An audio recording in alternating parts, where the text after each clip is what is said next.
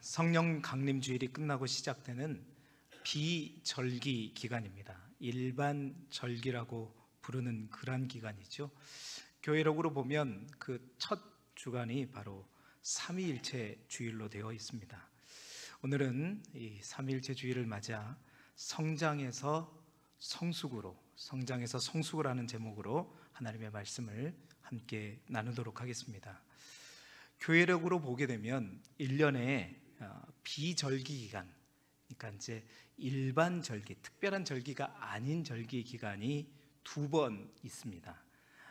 이제 첫 번째 비절기 기간은 주연절로부터 사순절이 시작되기 전에 약 6주간의 기간이 있고요. 두 번째 비절기 기간은 지난주 성령 강림 주일 이후에 이제 교회력의 시작이라고 불리우는 대림절이 시작되기 전까지, 그러니까 11월이죠. 그때까지 26주간의 기간을 두 번째 비절기 기간이라고 부릅니다. 이 비절기 기간의 시작과 끝은 특별한 축일로 시작되고 끝나게 되는데요. 특별히 이 두 번째 길다란 비절기 기간에 시작하는 주일은 오늘 바로 2주간이죠. 2주일이죠. 삼위일체 주일이고, 또 마지막 이 비절기 주일은 대림절 전절인 바로 왕이신 그리스도 주일로 교회력은 잡혀 있습니다. 그래서 이 26주간의 기간을 비절기 기간으로 보내게 되는데, 이제 시작과 끝에 특별한 주일은 이렇게 하얀색으로 되어 있는 그런 내림천, 예전의 색깔을 갖고 있지만 26주간의 비절기 기간 모든 기간 동안의 예전 색깔은 우리가 잘 아는 녹색입니다. 그래서 여러분들이 저의 이 후드도 그렇고 또 이 내림천도 그렇고 아마 1년 중에 녹색으로 되어 있는 기간들을 가장 많이 보게 될 것인데요. 전통적으로 이 기간은 어떤 절기로 이제 초대교회에서 교회에서 삼았는가? 이 절기는 그런 기간이었습니다. 성장과 성숙에 관련된 절기였습니다. 다시 말해서 이 절기를 통해서 전통적으로 교회들은 성장의 의미로 교리 교육에서부터 출발해서 성경 공부를 한다거나 여러 가지 주제를 가지고 가르치거나, 또한 이 절기 기간에 특별한 절기가 없는 이 주간에 교회의 다양한 내용들을 다룰 수 있는 절기가 바로 이 일반적인 절기, 비절기 기간이었습니다. 쉽게 말하면 그런 날이죠. 이 절기는 자람의 절기였습니다. 성장하고 성숙되어지는 절기였죠. 그래서 그 자람의 의미에서 예전의 색깔이 녹색인 것이죠. 성장과 생기와 생명을 상징하는 그 녹색이 바로 이 비절기 기간의 이제 예전 색이라고 볼 수 있습니다. 여러분, 자란다는 것은 뭐냐? 생명이 있다는 것입니다. 죽은 것은 결코 자라지 않고 자랄 수 없습니다. 그리고 자란다는 것은 또 다른 의미로 어떤 의미냐? 변화된다라는 것의 의미입니다. 여러분, 그렇습니다. 이전의 모습과 이전과 다른 모습이나 상태로 변화되는 것, 그 변화가 그런데 긍정적인 방향으로 변화되는 것, 이것을 우리는 자란다라고 표현하고 있는 것이죠. 이러한 의미를 담고 있는 자람이라는 뜻을 가진 두 단어가 그래서 바로 오늘 우리가 말씀의 제목에서 찾을 수 있는 바와 같이 성장과 성숙이라는 단어입니다. 사실 이 성장과 성숙은 동전의 양면과도 같이 언제나 함께 가는 것인데요, 문제는 무엇인가? 바로 이 성장과 성숙이 함께 되지 못할 때 자랐지만, 변화되었지만 그 자람에 이제 문제가 생기게 된다는 것입니다. 여러분, 교회는 생명체이기 때문에 반드시 교회는 자라게 되어 있습니다. 교회는 성장하게 되고 자라게 됩니다. 그러나 자칫 교회뿐만 아니라 사실은 모든 사회도 마찬가지죠. 모든 공동체도 마찬가지죠. 눈에 보이는 어떤 가시적인 성장 위주로 점점 향하게 될 때, 즉 성장은 되지만 성숙되지 못할 때 그 자람은 그 자체가 굉장히 큰 위험적인 요소를 갖게 되는 것이죠. 그래서 오늘은 이 비절기 기간을 시작하면서 성경 속에 이 성장과 성숙을 그의 인생 가운데 물론 구분하기는 어렵지만 대체적으로 잘 구분되어져 있는 한 사람, 바로 모세의 삶을 통해서 우리 자신과 몸된 교회의 모습을 점검하면서 우리의 자람이 정말 성장을 넘어 말씀의 제목대로 성숙까지 이르고 그리고 더 높은 성숙의 단계까지 이르기를 소망합니다. 그래서 우리 교회가 또 우리 자신이 더욱더 하나님 앞에 견고하게 세워져서 하나님께서 꼭 필요로 하는 우리 모두가 되어지고 주님의 사명을 온전히 감당해가는 귀하고 복된 모든 그릇들이 될 수 있기를 주님의 이름으로 축원합니다. 자, 모세의 삶 가운데서 그는 어떻게 자랐을까? 첫 번째, 모세는 애굽의 궁중에서 성장하였습니다. 애굽의 궁중에서 성장하였다는 것이죠. 사도행전 7장 22절의 말씀을 우리 화면을 보면서 함께 읽어보도록 하겠습니다. 시작. 모세가 애굽 사람의 모든 지혜를 배워 그의 말과 하는 일들이 능하더라. 아멘.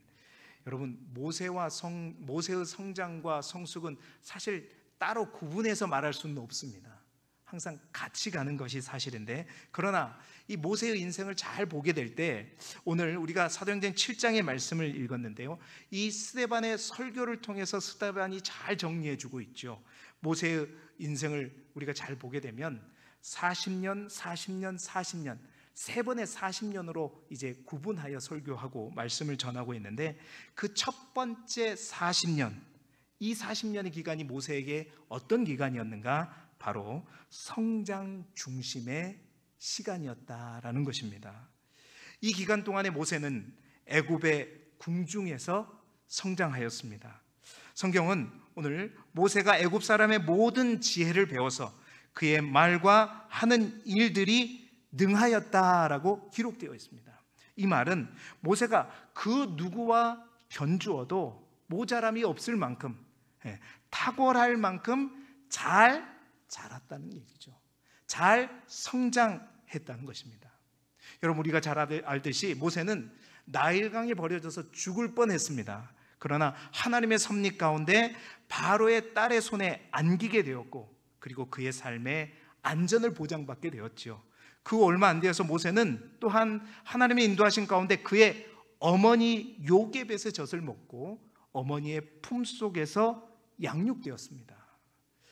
모세는 그래서 궁전에 살면서 사실은 필요한 모든 교육을 받으면서 성장했다는 것이죠. 모세의 성장은 영적인 것에서부터 사실은 시작되었습니다. 사실 모세가 받았던 최상의 교육은 무엇보다도 그가 하나님을 경외하는 그의 어머님으로부터 받은 신앙의 교육이었죠. 그는 어머니 요게벳에게서 젖먹이 때부터 어머니의 품에서 아브라함의 하나님, 이삭의 하나님, 야곱의 하나님에 대해서 날마다 들었을 것입니다. 그리고 그 하나님에 대해서 배웠고, 그 신앙의 기초 위에 정말 하나님을 의지하고 하나님의 약속을 믿는 건강한 청년으로 자라나게 되었지요. 뿐만 아니었습니다. 그는 이제 이집트의 왕자가 되었기 때문에 최고의 엘리트의 교육을 받게 되었습니다. 외교, 정치, 행정, 군사 모든 부분에 걸쳐서 최고의 교육을 통해서 아주 잘 성장하고 있었던 것이죠. 그렇습니다. 성장이라고 하는 것은 뭐냐? 잘 자라는 것입니다. 성장이란 나무와 동물과 우리 사람도 마찬가지로 점점 커지는 것을 의미하는 것입니다. 여러분, 하나님은 우리의 있는 모습 그대로를 분명히 사랑하시는 분이십니다. 그건 분명한 말씀입니다. 그러나 우리 하나님은 우리가 그 있는 모습 그대로 남아있기는 원하신다, 원하지 않는다? 원하신가 봐요. 하나님은 있는 모습 그대로를 사랑하시지만 우리가 있는 모습 그대로 남아있기는 원하지 않으십니다. 하나님은 우리가 성장하기를 원하세요. 자라나기를 원하십니다. 그래서 우리 하나님은 모든 생명체 안에 사실은 이 성장의 본능을 심어 두셨죠. 그래서 모든 생명체가 그렇습니다. 다 자라기를 원하죠. 다 성장하기를 원하는 것입니다. 그리고 그렇게 성장할 때 뭐가 있느냐? 바로 그 사람에게 큰 보람과 또 기쁨이 있게 되는 것을 우리는 볼 수 있습니다. 사실 우리는 우리 스스로가 우리 자신이 성장한다는 것을 잘 인지하지 못합니다. 그러나 자녀를 길러보게 되면 커가는 것이 이런 거구나, 성장하는 것이 이런 거구나, 우리는 새삼 느끼게 되죠. 엊그제 정말 핏덩이와 같은 그런 우리 딸이, 우리 아들이 이제 어엿하게 건장한 청년이 되어가지고 또 새로운 아내를 만나고 남편을 만나서 가정을 일구게 된, 요즘에 우리 교회에 굉장히 결혼식이 자주 있어요. 어제 우리 이기령 장로님도 드디어 이제 할아버지의 길이 가까워져 가고 있습니다. 우리 강정모 장로 오늘 또 우리 주선이도 오고 그랬는데, 그래요. 이렇게 자라나는 것을 보면 자라나는 게 이렇게 빠르구나, 이렇게 성장하는구나. 우리는 내 자신은 잘 몰라도 자녀를 길러보게 되면 우리는 그 모습을 보면서 뭘 느끼죠? 보람을 느끼고 힘들었지만 그리고 기쁘게 되는 것입니다. 그런데 여러분, 이 자라남에 있어서도, 이 성장에 있어서도 중요한 건 뭐냐? 잘 자라는 것이다. 할렐루야. 여러분의 자녀손 모두가 정말 하나님 안에서 잘 자라나시기를 주님의 이름으로 축원합니다. 잘 자라는 게 중요해요. 여러분, 그렇다면 어떻게 하면 우리가 잘 자라날 수 있을까요? 어떻게 하면 우리의 자녀손들이 잘 성장할 수 있을까요? 여러분, 성장이라는 것은 어느 한 시기에 멈춘 것이 아닙니다. 끊임없이 자라는 것. 어떻게 하면 우리는 더 잘 성장할 수 있는 것일까요? 2주에 말씀을 묵상하다가 성경 한편에 제가 메모를 해놓은 한 이야기를 보게 되었습니다.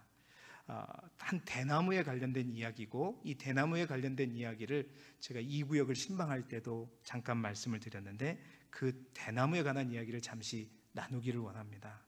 그 대나무는 바로 모소 대나무라고 하는 희귀종 대나무인데요, 대나무 중에 최고로 치는 모소 대나무라고 하는 이 대나무는 중국의 동쪽 지역, 극동 지역에 주로 자라는 특별한 대나무라고 알려져 있습니다. 일명 모죽이라고 불리는 이 대나무는 특별히 땅이 척박하든지 기름지든지 간에 씨를 뿌리고 나면 4년 동안 자라는데요, 놀라운 것은 제가 잘못 기록해놨더라고요. 이제 자세히 인터넷을 찾아보니까 저는 4년 동안에 30cm가 자라는 줄 알았는데, 그래서 인터넷 찾아보니까 30cm가 아니라 3cm 자라더라고요. 여러분, 어떤 땅이든지 이 모소 대나무 종자를 심게 되면요, 4년 동안 자라는 게 이 새끼손가락만큼 정도밖에 안 자란다는 거예요. 3cm 정도밖에 자라지 않습니다. 몇 년 동안? 4년 동안. 여러분 같았으면 어떻게 해요? 이거 때려치죠.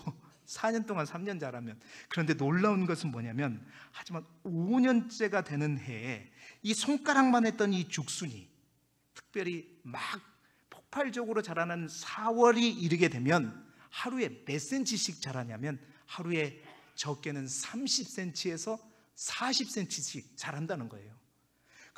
그래서 이 나무가 6주만 지나게 되면 몇 미터가 되냐면 15m로 자란다는 겁니다.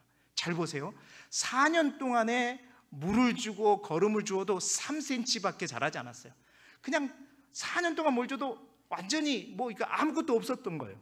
그러나 단 6주 만에 아무것도 없었던 그곳이 아주 울창한 대나무 숲으로 15m가 넘는 대나무들이 쭉쭉 자라나서 울창한 대나무 숲이 되어진다는 거예요. 놀랍죠? 여러분, 그래서 학자들은 왜 4년 동안 이 성장이 멈춰졌던 것일까 의문을 품고 학자들은 이 대나무를 파보기 시작했던 겁니다. 그 대나무를 파보니까 놀라운 것은 그 대나무의 뿌리가 사방으로 뻗쳐져 있는 거예요. 어떤 것은 그 뿌리가 쫓아가 보니까 길이를 재보니까 약 100m가 뻗쳐져 있다는 거예요. 여러분, 이것은 무엇을 말한 겁니까? 어떻게 하면 우리가 영적으로 우리가 잘 성장할 수 있는가? 모소대나무는 우리가 잘 자라는 비결을 우리에게 말해주고 있다는 겁니다. 여러분, 잘 자라기 위해서는 우리는 눈에 드러나는 성장만 주목하지만 그보다 더 중요한 것은 뭐냐? 위로 자라기 전에 어디로 자라야 된다? 밑으로 자라야 된다. 아래로 자라야 된다는 겁니다. 여러분, 아래로 자란다는 말은 무슨 의미일까요? 뿌리를 깊게 내린다는 의미입니다. 우리가 영적으로 성장하기 위해서는, 영적으로 더욱더 건강하게 자라기 위해서는 뿌리를 깊이 내려야 된다는 겁니다. 믿음의 뿌리를 깊이 내려야 되는 거예요.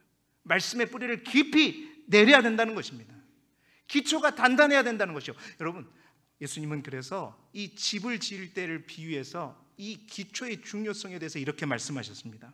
마태복음 7장 24절 말씀을 우리 함께 읽어보시죠. 시작. 그러므로 누구든지 나의 이 말을 듣고 행하는 자는 그 집을 반석 위에 지은 지혜로운 사람 같으리니. 아멘. 똑같은 집을 지어도 다르다는 겁니다. 집을 지혜롭게 지은 사람은 어떤 사람이냐? 그 기초가 튼튼한 사람이라는 거예요. 반석 위에 집을 지은 사람이 지혜로운 건축자라는 것입니다. 뿐만 아니라 시편 기자는 이러한 뿌리를 깊게 내림에 대해서 이렇게 비유해서 설명하고 있죠. 시편 1편 3절의 말씀을 함께 같이 읽어보겠습니다. 시작. 그는 시냇가에 심은 나무가 철을 따라 열매를 맺으며 그 잎사귀가 마르지 아니함 같으니 그가 하는 모든 일이 다 형통하리로다. 아멘. 어떠한 나무가 잘 성장하느냐, 어떠한 나무가 잘 성장해서 자라고 열매를 맺게 되느냐, 그 비밀은 다른 것이 아니라는 겁니다. 어디에 심었느냐, 어디에 뿌리를 뻗치고 있느냐.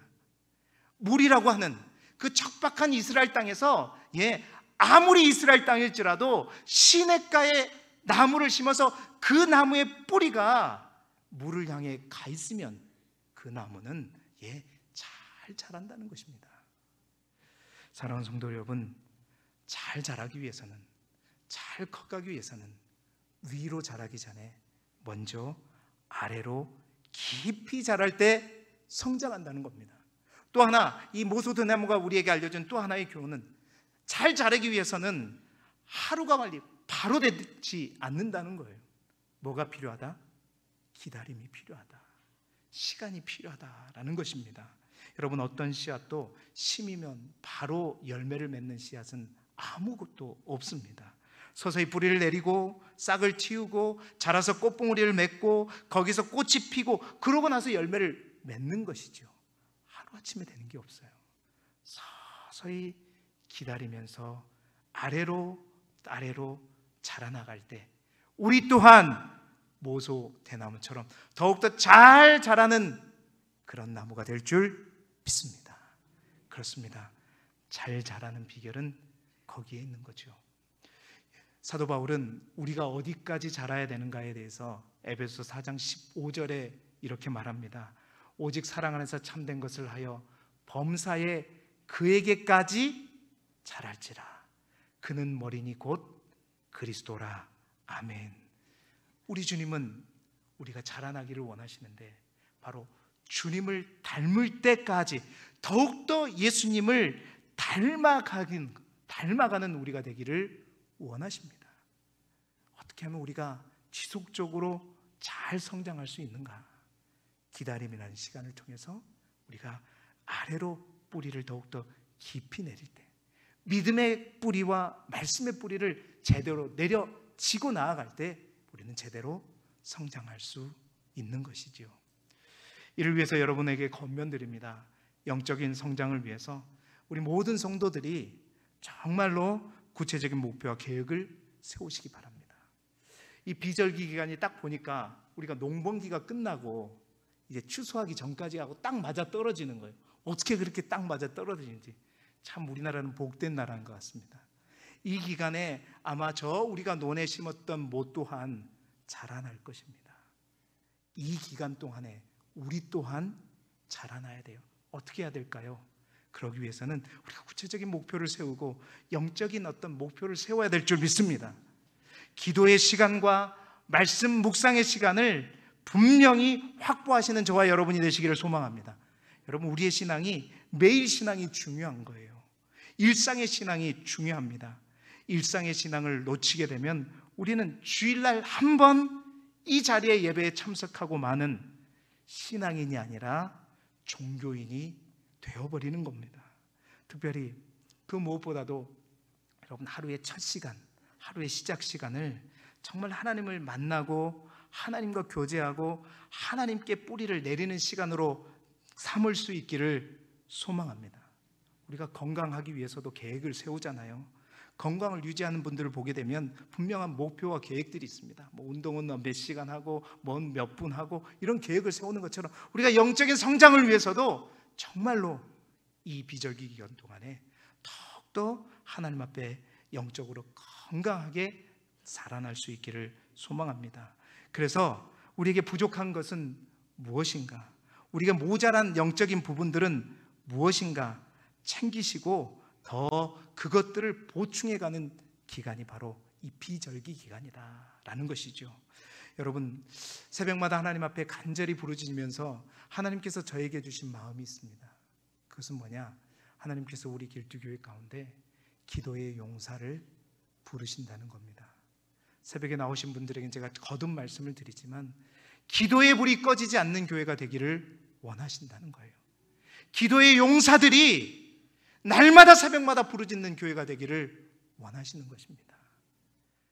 여러분, 기도를 그치지 아니하고 기도의 불이 꺼지지 않는 교회, 간절히 부탁드리는 것은 정말로 우리 항존 직분자들이 그 기도의 불을 꺼치지 않는 그런 마중물과 같은 역할들을 감당할 수 있기를 소망합니다.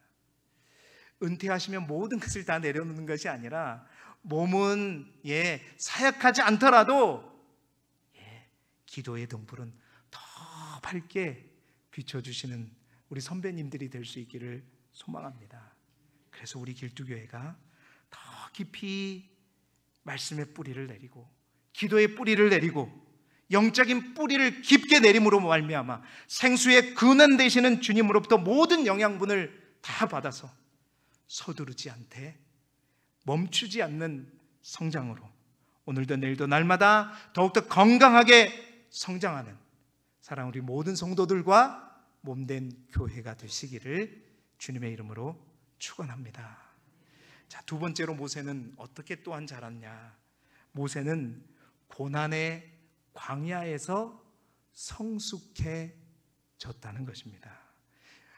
모세는 애굽에서 성장하였고 고난의 광야에서 성숙했다라는 것입니다. 여러분, 40세가 되기까지 모세는 잘 자랐습니다. 누구보다도 탁월한 인재로 성장하였습니다. 그런데 여러분 잘 아시죠? 40세의 어느 날 모세는 자기 동족들이 힘들게 노동하는 것을 보고 불만을 가지기 시작했습니다. 그러다가 어떤 애굽 사람 한 사람이 히브리 사람을 치는 것을 보고 분에 못 이겨서 어떻게 했죠? 그 애굽 사람을 죽이게 되죠. 자, 그래서 그 일로 바로가 자신을 죽이고자 하는 것을 듣고 그는 어디로 도망가게 되죠? 딱 40제를 채우고 나서 미디안 광야로 도망가게 됩니다. 그래서 그는 그때로부터 40년 동안 어디에서 생활하게 돼요? 광야에서 왕자가 아니라 이른 모를 한 사람으로 살아가게 됩니다.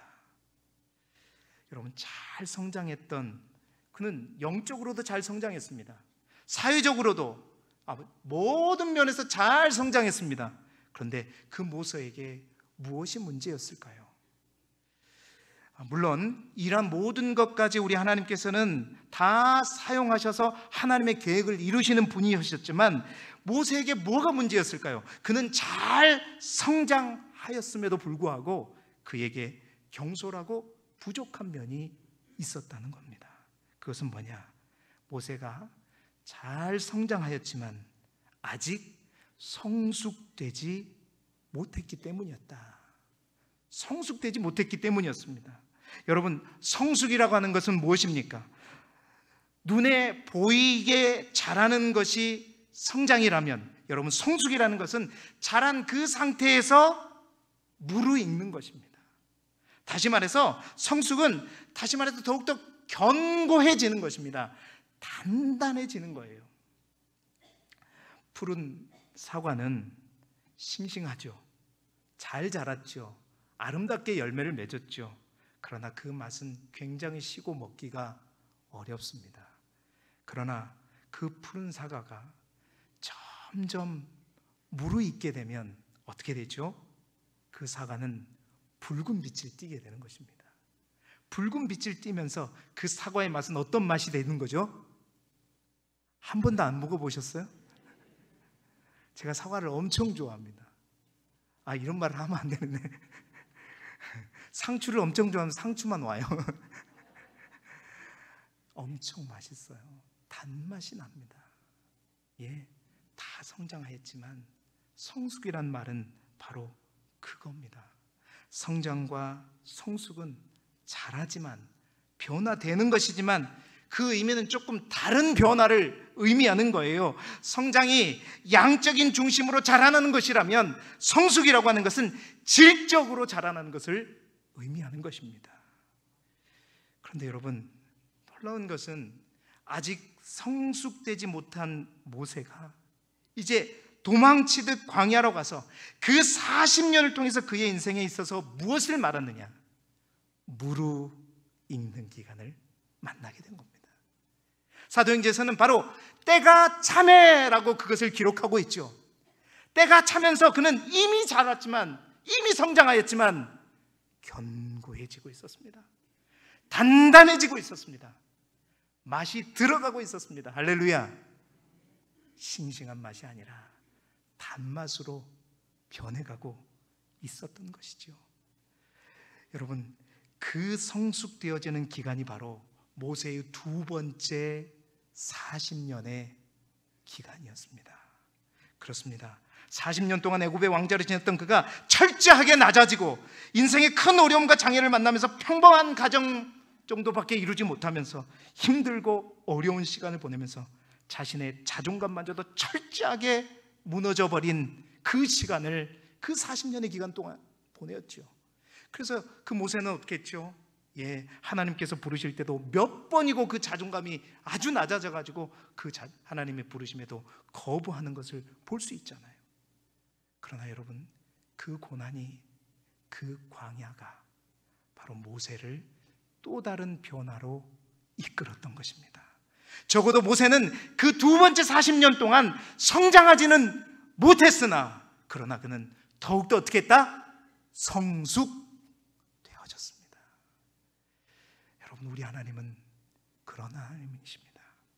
고난의 광야에서 하나님은 당신께서 소중히 쓰실 인물들을 키워가시는 하나님이십니다. 눈물의 광야에서 하나님의 일꾼들을 더욱더 견고하게 단단하게 만들어가지고 채워가시는 분이 바로 우리 하나님이세요. 여러분, 구약 성경에 70회나 언급되어 있는 특별한 나무가 하나 있습니다. 오늘은 나무로 시작해서 나무로 끝나는데 그 나무가 바로 솔로몬 성전 시대에 성전을 지을 때 주로 사용했던 나무이죠. 뭔지 느낌이 오시죠? 그 나무는 레바논을 대표하는 나무입니다. 그래서 레바논의 국기 가운데는 바로 그 가운데 이 나무가 그려져 있어요. 보이시죠? 저게 레바논의 국기이고 저 가운데 있는 나무입니다. 저 나무는 어떤 특성을 갖고 있냐면 굉장히 똑바로 자랍니다. 삐뚤게 자라지 않아요. 올곧게 자랍니다.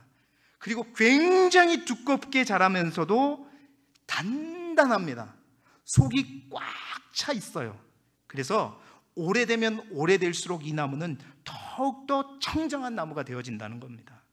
재질이 단단하고 또 이 나무는 극한 향이 나서 이 향기 때문에 벌레와 어떤 충들이 전혀 오지 않는다고 그래요. 너무 단단하고, 그래서 이 나무는 고대의 건축 재료뿐만 아니라 고대 페니키아 시대 때 배를 만드는데 주 재료로 사용했던 나무가 바로 이 나무이지요. 바로 이 나무로 만든 배를 타고 페니키아인들은 지중해를 누비며 활동하였습니다. 여러분, 이 나무가 무엇이죠?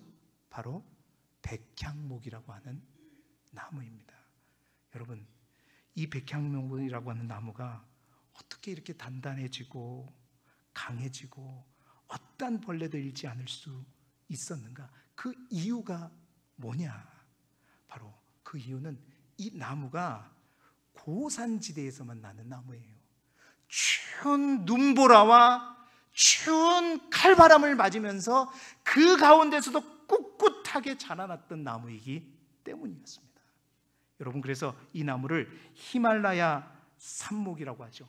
고산지대에서만 자라나는 나무였던 것입니다. 그냥 살이 찢어지도록 아픈 칼바람을 이겨내고 눈보라를 이겨냄으로 말미암아 그 모든 시련들을 버티고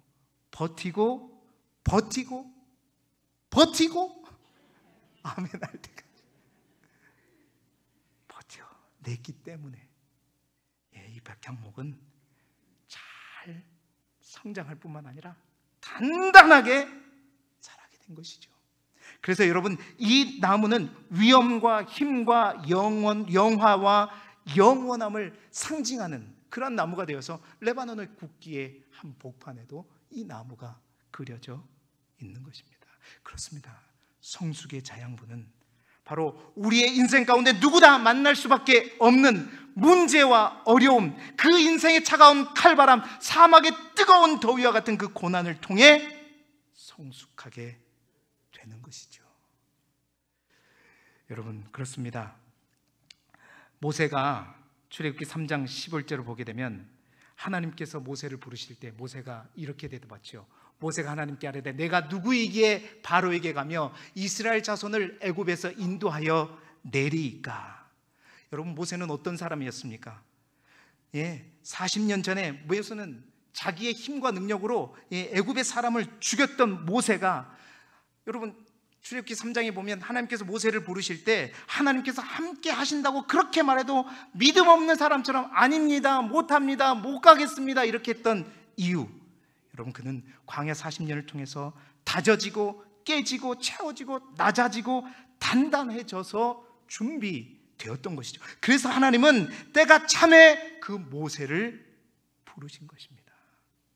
사랑하는 성도 여러분, 폭발적인 성장을 경험하고 부흥해온 한국교회가 그 성장이 멈추고 뒷걸음치면서 많은 사회의 손가락질을 당하는 이유가 무엇일까요? 열심히 신앙생활하며 교회의 개척 공신으로 몸된 교회를 부흥시켜온 주인공들이었던 목회자요 교회의 중직자들이 오히려 마지막에 교회에 가장 큰 어려움을 주고 문제를 야기하는 이유는 무엇이었는가? 그것은 잘 성장한 교회, 잘 성장한 교인들은 많은데 잘 성숙된 교인, 그 성숙이 동반되지 않았기 때문이었습니다. 성장을 통해 성숙으로 나아가야 하는데 그 성장에서 멈춰버렸기 때문입니다. 여러분, 그래요.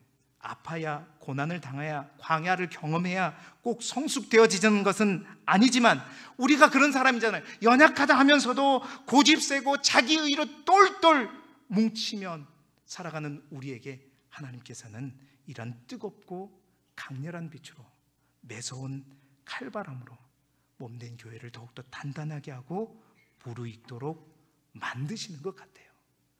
사랑하는 성도 여러분, 우리 길두교회는 성장으로 멈추는 교회가 아니라 성장해서 더 큰 성숙으로 나아가는 우리 길두교회가 모든 성도들이 되시기를 주님의 이름으로 축원합니다. 이제 말씀을 마무리하겠는데요, 오늘 본문의 말씀을 보면서 하나님 말씀을 마무리하기를 원합니다. 오늘 우리가 함께 읽은 본문의 말씀은 그렇게 성장한 모세가, 성장해서 성숙으로 준비된 모세가 이제 40년 동안 이스라엘 백성들을 끌고 가나안 땅 앞까지 나와서 이제 40년의 두 번째 삶을 마치고 하나님의 영적인 지도자로 쓰임받은 후에 그의 죽음과 함께 그에 대한 하나님의 평가를 담은 내용이 오늘 우리가 읽었던 본문의 내용입니다. 말씀을 준비하면서 어느 목사님이 그러시더라고요. 성장보다 더 성숙으로 가야 되지만 그 성숙의 최고봉이 있다는 거예요. 여러분, 성숙의 최고봉이 뭔지 아십니까? 바로 그것이 우리 교회 권사님 가운데 그 이름이 있더라고요. 성숙의 최고봉은 뭐냐? 원숙이라고 합니다.